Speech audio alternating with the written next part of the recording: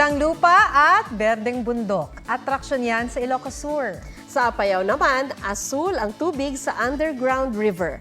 Ang mga makulay na pasyalan sa report na ito. Namumula! Sabi ng utak mo'y, tara na!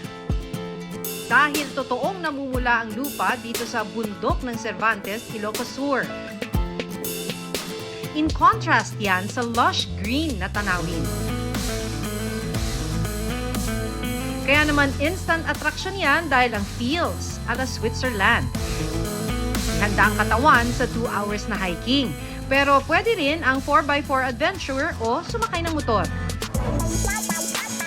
Pero kung meron mang makulay ang nagsisilbing tanglaw, yan ay dilaw mula sa flashlight na kailangan mo sa kuwebang ito, ang Manacota Cave at Underground River na dinarayo sa Luna, Apayao. Sa sobrang dilim, mas exciting ang paglilibot sa cave habang sakay ng bangka. Asul naman ang kulay ng tubig na nakakaenganyong pagtampisawan.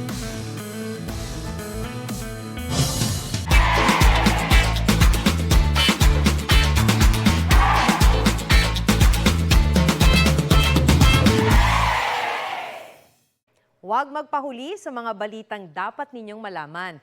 Mag-subscribe sa GMA Integrated News sa YouTube.